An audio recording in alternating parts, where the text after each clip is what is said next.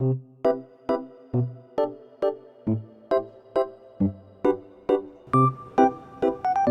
ज्योत असते तसा.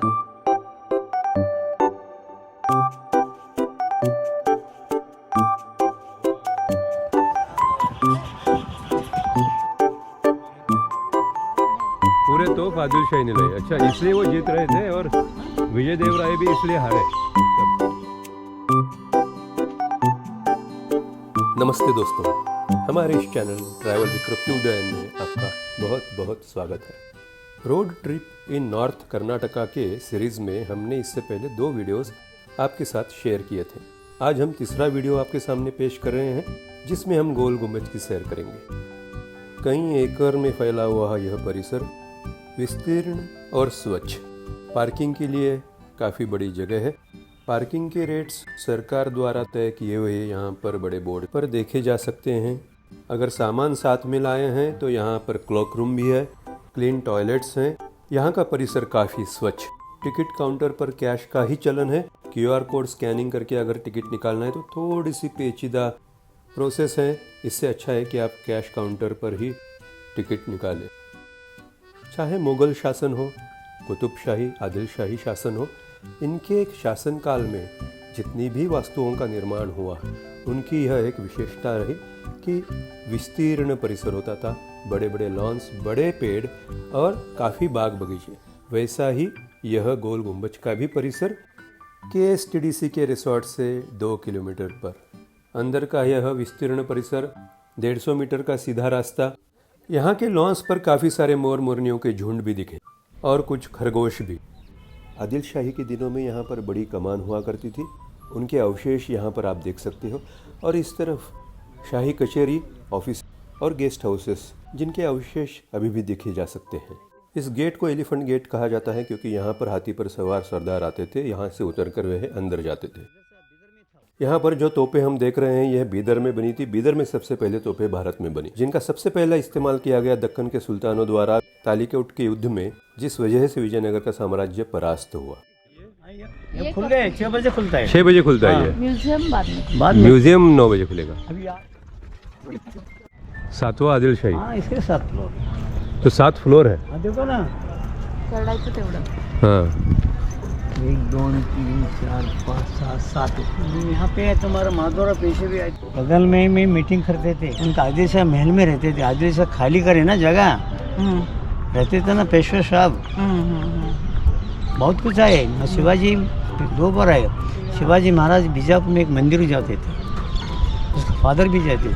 तरवी के में गाँव में तरवी, वहाँ नरसिंह पूजा करते थे। नरसिंह पूजा। हाँ, तो नरसिंह पूजा करते करते भक्ति बहुत होता। तो शिवाजी मारा, अफजल खान को शिवाजी नहीं मारा, शिवा शरीर में नरसिंह आया। नाम है फिर शिवाजी। पहले इसे बोली गुंबद कहा जाता था।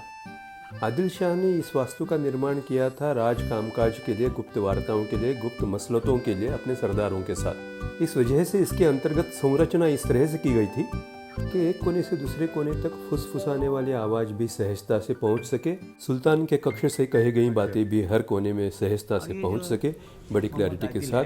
200 लोग लगभग यहाँ पर बैठकर गुफ्तगू कर सकें और इन चर्चाओं की गुप्तता बरकरार रहे।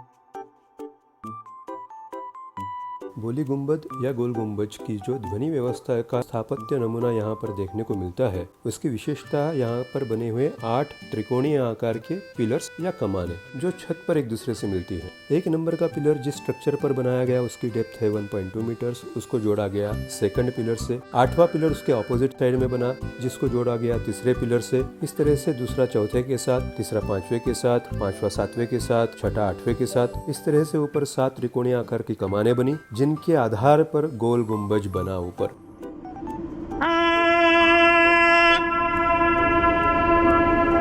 एक ही बात बोलते हैं, 10 बार नहीं आता।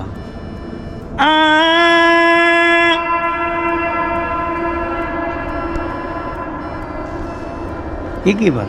अभी शांत में रहता है, रात को जो ट्रैफिक थोड़ा थोड़ा सुना देता है इसमें, इसलिए बिल्डिंग कमजोर होता जा रहा है। देखो ना, डैमेज हो गया सर, प्लास्टर पड़ते जा रहे हैं। गोल गुंबज के फर्श पर झरोखे बने हुए हैं, यहाँ से ठंडी हवा ऊपर आती है। यह फर्श बनाने में 3 फीट से गहरे पत्थर का इस्तेमाल किया गया है और नीचे से इन झरोखों को बाहरी दीवार के झरोखों के साथ जोड़ा गया है, जहां से ठंड हवा हरदम आती रहे। इसका यह एक और स्थापत्य नमूना। महल में चारों कोनों पर आने जाने के लिए दरवाजे बने हुए हैं, जहां से अगर कोई भी अंदर आए या कोई भी बाहर जाए तो उस व्यक्ति की या वस्तु की 3 परछाइयां देखी जा सकती थी महल में चारों कोनों से। यह और एक सुरक्षा हेतु स्थापत्य कला का नमूना। और इसी कक्ष से आदिल शाह की बेगम ने इस दरबार में बैठे सरदारों को ललकारा था, यह कहते हुए क्या कोई सरदार बीजापुर में ऐसा नहीं है जो उस चूहे को हमारे सामने पकड़ कर लाए। और यह बात वह कह रही थी श्री छत्रपति शिवाजी महाराज जी के बारे में। यह बात और है, श्री शिवाजी राजे ने नरसिंह जी जैसे ही बाघ नाखूनों का उपयोग करते हुए अफजल खान का वध किया। 7वां आदिल शाही, इसीलिए 7 मंजिलें। चारों कोनों से चढ़ने उतरने के लिए जगह वैसे तो थी, पर आजकल में सिर्फ 2 ही जगहों से आप चढ़ या उतर सकते हो। एक तरफ से चढ़ना, दूसरी तरफ से उतरना। 7वें मंजिले पर छज्जा है, वहां पर कमल की पंखुड़ियों वाले दरवाजों से आप अंदर विस्पर गैलरी में जा सकते हो।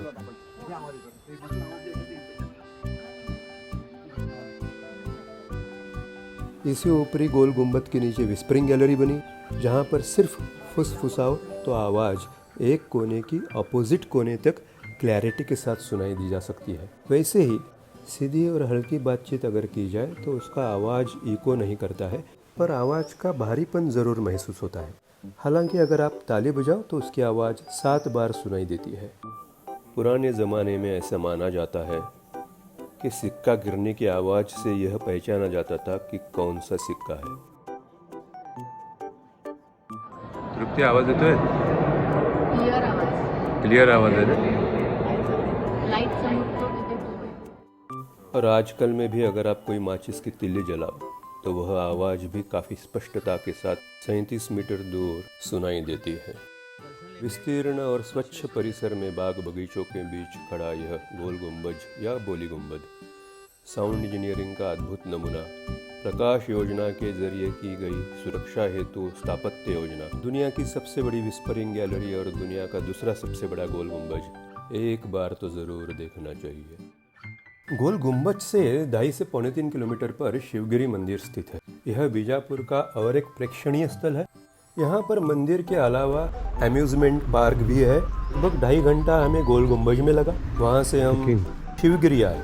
यहाँ पर पार्किंग के लिए अच्छी व्यवस्था है। प्राइवेट पार्किंग है। बच्चों के लिए 10 रुपये, बड़ों के लिए 20 रुपये। और इस तरह की यहाँ की एंट्रेंस टिकटें हैं। एंट्रेंस पर ही श्री बसवेश्वर जी का स्टैचू दिखता है। उनके साथ और भी 2 स्टैचूज हैं जिनके बारे में हमें पता नहीं चला। टी.के. पाटिल नाम से कोई सदगृहस्थ है बीजापुर के, जिन्होंने अपनी माता की याद में यह अम्यूजमेंट पार्क, यहाँ पे मंदिर, शिव जी का मंदिर और गणेश जी के मंदिर भी बनाए। इनके द्वारा संचालित एक ट्रस्ट ही यहाँ की सारी देखभाल करता है। LED लाइट्स से संचालित यहाँ पर दीवार पर इनकी माता जी की तस्वीर दिखती है। यहाँ के एंट्रेंस से ही आपको कई सारे स्टैचूज, मूर्तियाँ दिखनी शुरू हो जाती है। बड़ा सुनहरा छोटा सा बगीचा है जहाँ पर राधा कृष्ण की मुरली बजाती हुई मूर्ति भी है। उनके बाजू में गाय बच्चे के साथ। और यहाँ से हम आगे बढ़ते हैं तो शिव जी का 26 मीटर ऊंचा बड़ा स्टैचू दिखाई पड़ता है। बहुत सुंदर और भव्य स्टैचू है। ऐसा माना जाता है कि देश में यह दूसरा सबसे बड़ा शिव जी का स्टैचू है। नीचे शिवलिंग और वहाँ पे मंदिर में रोज सुबह शाम पूजा होती है। और दाईं तरफ अंदर राजेश्वरी जी का मंदिर, देवी जी का मंदिर और गणेश जी का भी मंदिर है। शिव जी के स्टैचू के सामने और एक बड़ा सा पार्क है जहाँ पर हनुमान जी की, कार्तिकेय जी की और नंदी जी की मूर्ति भी है। काफ़ी सुनियोजित, स्वच्छ और सुंदर परिसर। अम्यूजमेंट पार्क में बच्चों की रेलगाड़ी भी है और बच्चों के साथ साथ बड़ों को भी बच्चे होना अलाउड है। और इसलिए हमने भी रेलगाड़ी के मज़े लिए। 25 रुपये का टिकट है। सुबह 7 बजे से ही यह अम्यूजमेंट पार्क खुल जाता है। हाँ, एक एहतियात बरतनी पड़ती है। आपको डिब्बे में बीच में ही बैठना होता है क्योंकि पटरी का गेज सुपर नैरो है।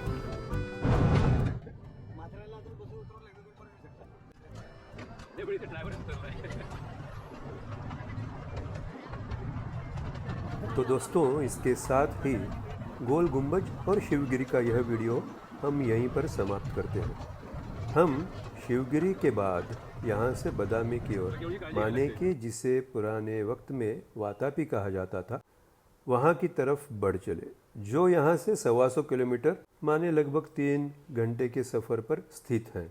अगले वीडियो में हम आपके साथ बदामी यानी वातापी की इन्फॉर्मेशन वीडियो द्वारा शेयर करेंगे।